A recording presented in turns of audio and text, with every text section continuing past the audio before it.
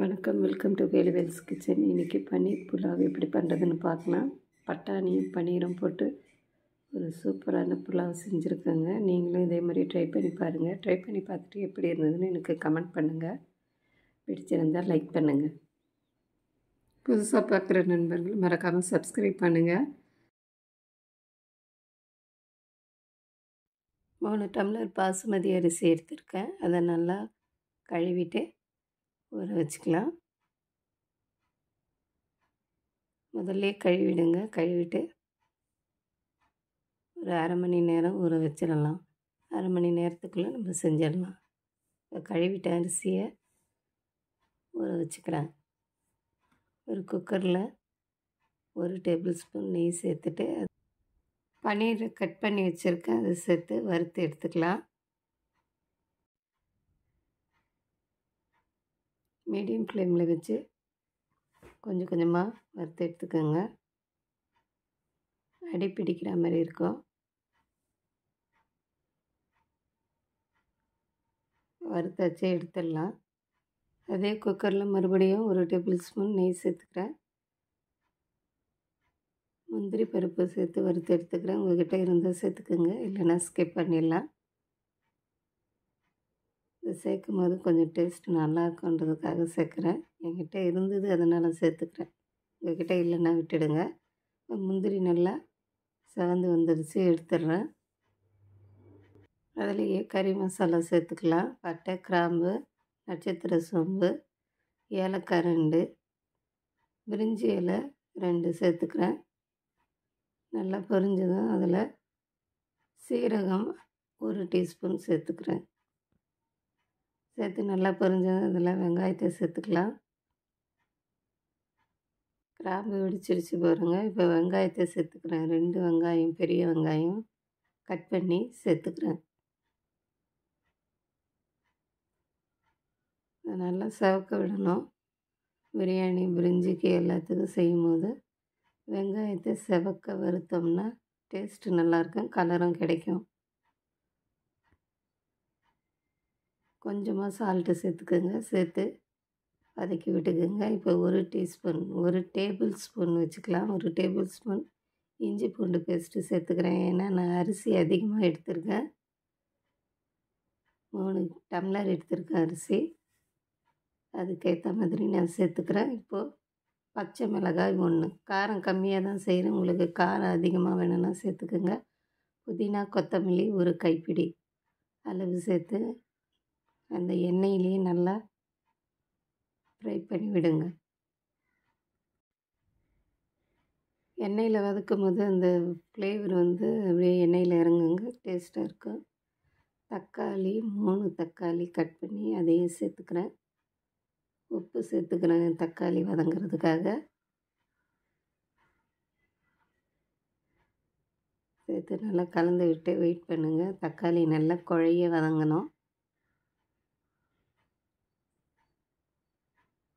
இந்த அளவுக்கு வதங்கிடுச்சு. இதில் தேவையான மசாலாக்கள்லாம் சேர்த்துக்கலாம். நான் மிளகாய்த்தூள், தனி மிளகாய்த்தூள் 1 டீஸ்பூன், தனியாத்தூள் 2 டீஸ்பூன் எடுத்துருக்கேன். உங்களுக்கு காரம் அதிகமாக வேணும்னா மிளகாய்த்தூள் கொஞ்சம் எக்ஸ்ட்ரா சேர்த்துக்கலாம். கரம் மசாலா 1 டீஸ்பூன், சோம்புத்தூள் சேர்த்துக்கிறேன். நான் சிலர் சீரகத்தூள் சேர்க்குறாங்க. நான் சோம்புத்தூள் சேர்த்து செஞ்சு பாருங்கள், டேஸ்ட்டு ரொம்பவே நல்லாயிருக்கும். சோம்புத்தூள் 1 டீஸ்பூன், தயிர் 1/2 கப்பு சேர்த்துக்கிறேன். தயிர் சேர்த்து மசாலாலாம் நல்லா வதங்குற வரைக்கும் வதக்கி விடுங்க. எண்ணெய் மிதந்து வருது பாருங்கள், இந்த அளவுக்கு வதங்கணும். இது கூட பட்டாணி எடுத்து வச்சுருக்கேன். நான் முளை கட்டின பட்டாணி அதை சேர்த்துக்கிறேன். 1 கப் அளவுக்கு. உங்கள்கிட்ட இருந்தால் சேர்த்துக்கோங்க, இல்லைன்னா விட்டுடுங்க. பட்டாணி இருந்தால் தான் செய்யணுன்றலாம் அவசியம் இல்லை.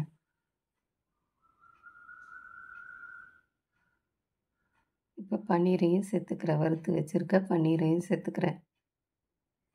முந்திரி கொஞ்சமாக சேர்த்துருக்கேன்.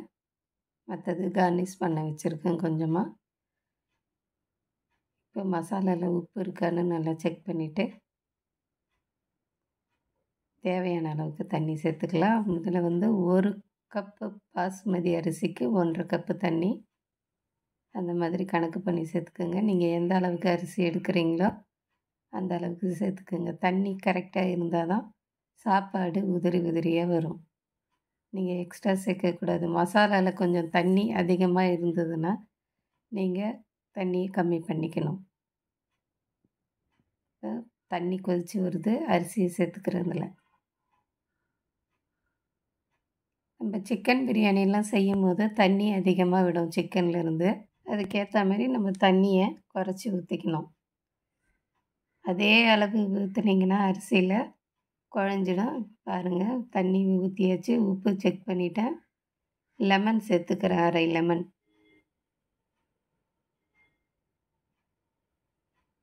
புதினா கொத்தமல்லி மேலே போட்டிருக்கேன் கொஞ்சமாக, அது வீடியோவில் வரல. 1 டீஸ்பூன் நெய் சேர்த்தேன். நீங்கள் சேர்த்துக்கோங்க, விருப்பப்பட்டால் சேர்த்துக்கோங்க.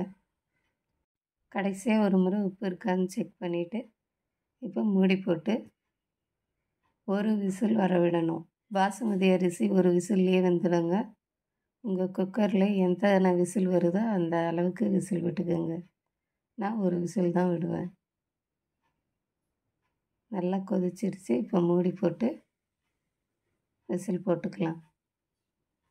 1 விசில் வந்துருச்சுங்க. இப்போ ப்ரெஷர் இறங்கினதான் எடுத்துக்கலாம். ஓப்பன் பண்ணி பார்க்கலாம். எவ்வளோ சூப்பராக ரெடி ஆகிடுச்சு பாருங்கள். நீங்களும் ஒரு முறை ட்ரை பண்ணி பாருங்கள். தண்ணி கரெக்டான அளவில் வைக்கணும். வச்சாதான் இந்த மாதிரி சாதம் உதிரியாக வரும். நீங்கள் செய்ய செய்ய உங்களுக்கு ப்ராக்டிஸ் ஆகிடும். ட்ரை பண்ணி பாருங்கள். ட்ரை பண்ணி பார்த்துட்டு எப்படி இருந்ததுன்னு எனக்கு கமெண்ட் பண்ணுங்கள். இதை அப்படியே ஒரு பாத்திரத்தில் போட்டு ஆற வச்சிட்டிங்கன்னா இன்னும் உதிரி உதிரியாக ஆகிடும் சாதம். குக்கர்லேயே வச்சிட்டிங்கன்னா குழஞ்சி போயிடும். அதை ஞாபகத்தில் வச்சுக்கோங்க. ரொம்பவே டேஸ்டியாக இருந்தது இந்த சாப்பாடு. நீங்களும் ஒரு முறை ட்ரை பண்ணி பார்த்துட்டு எனக்கு எப்படி இருந்ததுன்னு தயவுசெய்து கமெண்ட் பண்ணுங்கள். பிடிச்சிருந்தால் லைக் பண்ணுங்கள். மறக்காமல் சப்ஸ்கிரைப் பண்ணுங்கள். உங்கள் ஃப்ரெண்ட்ஸ் அண்ட் ஃபேமிலியோடு ஷேர் பண்ணி தேங்க்யூ.